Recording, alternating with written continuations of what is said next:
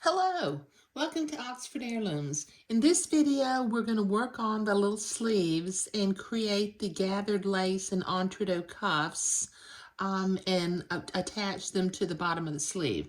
Okay, now the pattern directions tell me to machine baste 1/8 of an inch, 1/4 of an inch, and 1/2 of an inch from the raw edge in order to gather the bottom of the sleeves. So I have my sewing machine set for a basting length thread. Come over here. Now the sleeve is kind of slightly curved, so I will have to follow the curve of the line. Okay, so let me sew my first basting thread 1/8 of an inch away from the bottom of the sleeve.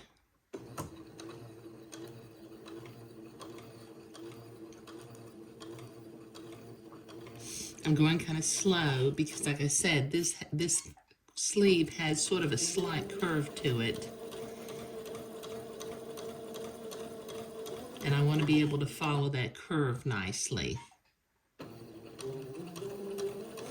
Okay, now notice, I'm sure you can see this, but I've got a little blue mark that I marked with my blue water-soluble fabric marking pen at the halfway mark on the sleeve.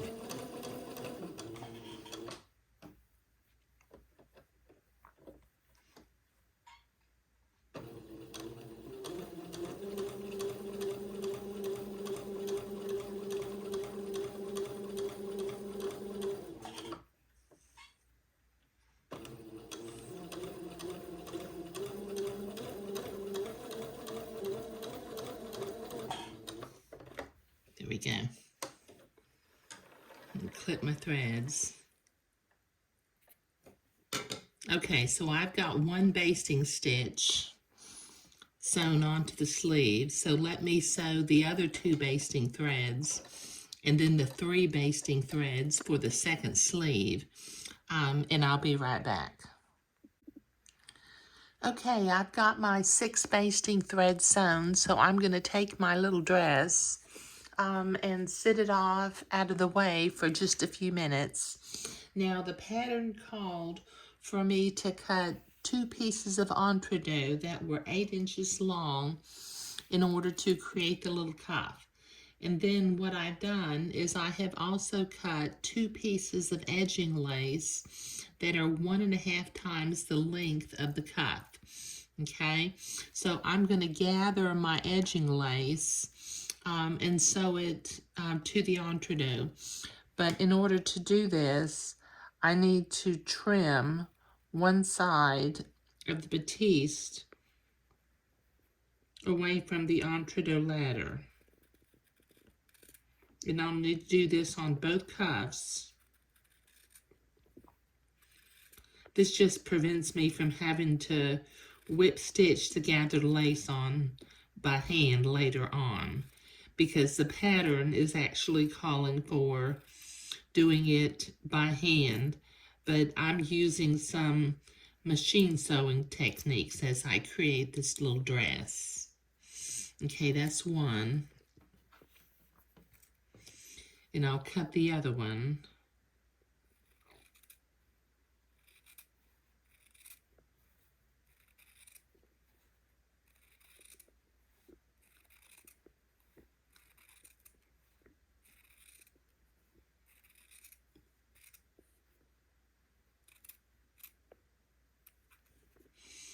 Okay, now each of these little cuffs needs to be centered on the sleeve when I get ready to sew the cuff onto the sleeve. So I'm going to go ahead and fold it in half, and with my blue fabric marking pen, I'm going to mark the halfway point along the entreateau.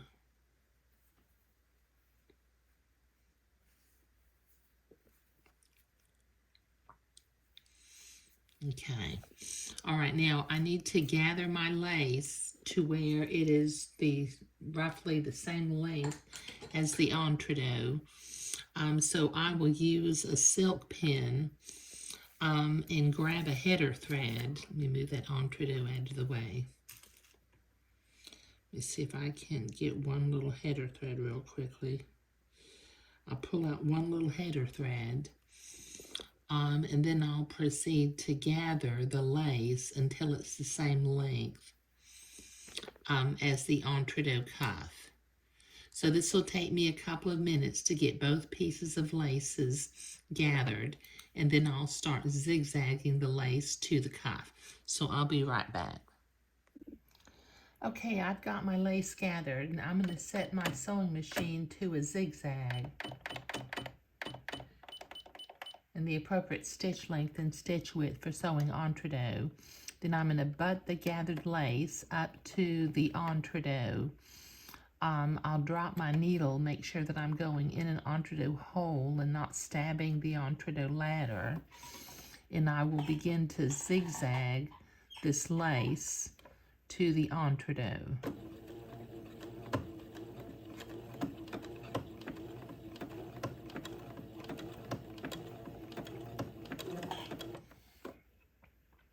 Okay, I'm just going slow enough to make sure that I don't get any kinks in the lace.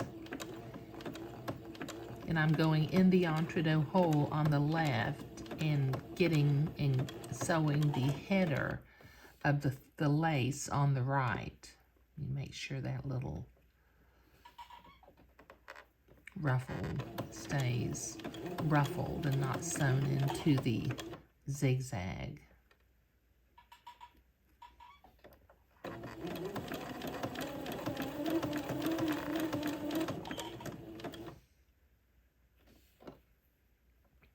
This lace has a tendency to want to spiral in on itself also. So you have to continually turn the lace so that it's not twisted. Okay, so this will take me a minute to get both pieces of laces zigzagged to the entreateau. So I'll be right back. Okay, I've got my lace gathered to the entreateau, and as you can see here, I've already attached one little cuff to the sleeve, and that is looking just, it's very dainty, isn't it? And I like the lace detail and the little bullion rose embroidery detail also. Okay, so on the other little sleeve, let me show you how I did this. Okay, now I've got a mark in the center of the sleeve, a little blue mark. Can you see that? And I've got a blue mark in the center of my cuff. So I'm going to line those two blue marks up and pin them into place. Then I'll go over here to the right and get my 3 gathering threads. Let me see if I can get all 3 of them at one time without getting the 3 bobbin threads also. And I'll begin to gather the sleeve toward the center of the cuff. Okay, I've got it probably gathered a little bit more than I need right now, but that's okay. Okay, I'm going to bring my end over and pin it to the underarm, lining up the raw edge of the sleeve with the raw edge of the entreateau. And pin that into place also. Okay, and now I will ease the gathers until, oops, I just dropped a pin. I'll ease the gathers until they're the same length as the entreateau cuff. Okay, so yes, I have gathered it a little bit more than what it needs. So let me pull some of that back out and then make sure the gathers are evenly spaced along the bottom of the sleeve. And then I'll pin that into place.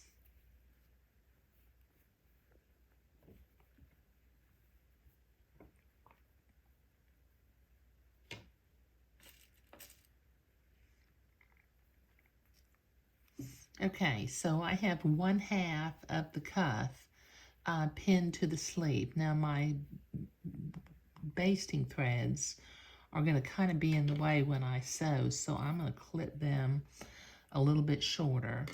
And I need to repeat this process over here on the left side of the cuff and the sleeve, so I'll be right back. Okay, I've got the entire cuff pinned to the bottom of the sleeve, so using a straight stitch, let me turn the camera over this direction. I'm going to sew the cuff to the bottom of the sleeve by sewing immediately to the right of the entrecôte ladder. Let me go back and forward a couple stitches at the end just to tack that into place.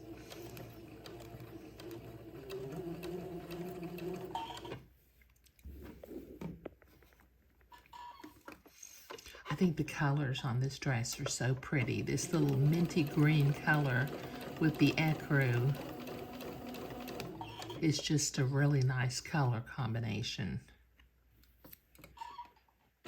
If you can't tell, I'm very pleased with the way this is turning out so far.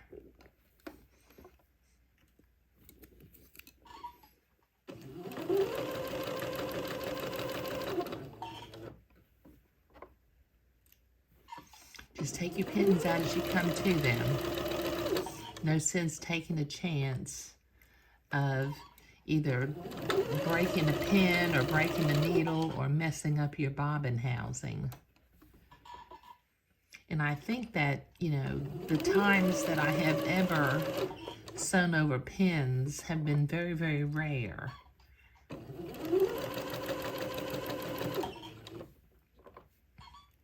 Okay. Okay, let me trim my threads.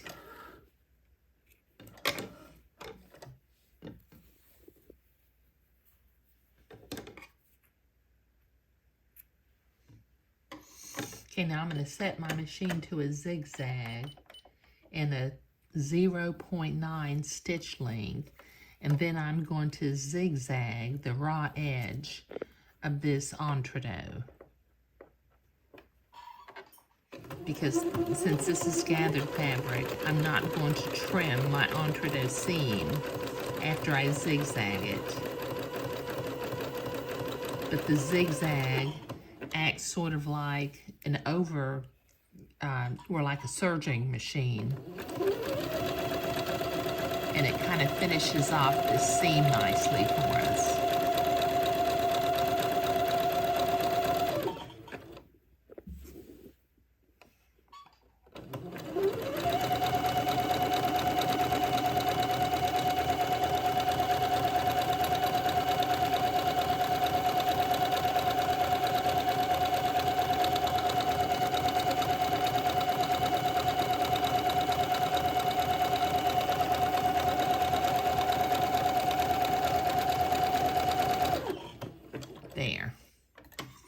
There, that finishes that off.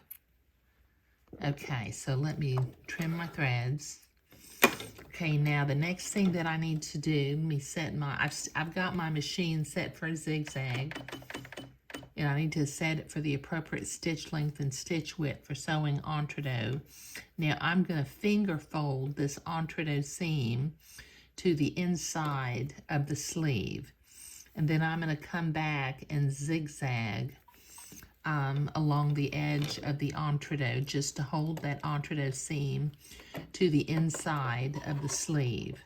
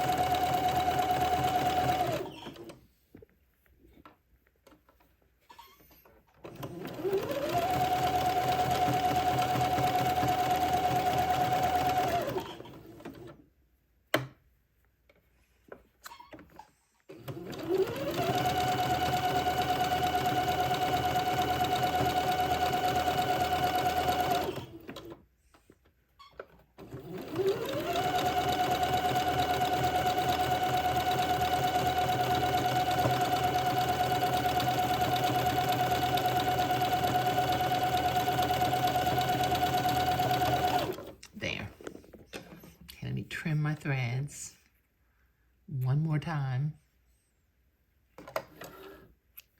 And that little cuff is on the sleeve. Now the last thing I need to do is I need to use my seam ripper, and the lower of the two basting threads is still showing.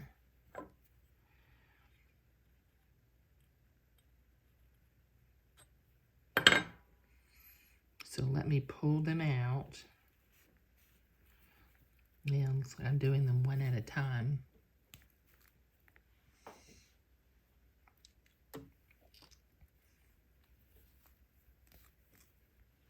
Okay, and then reach inside underneath the cuff and get the two bobbin threads.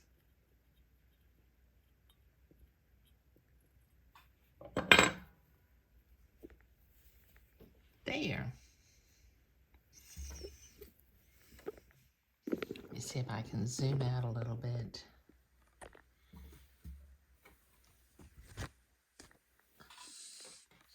Okay, so we've got two perfectly lovely little cuffs on the dress now.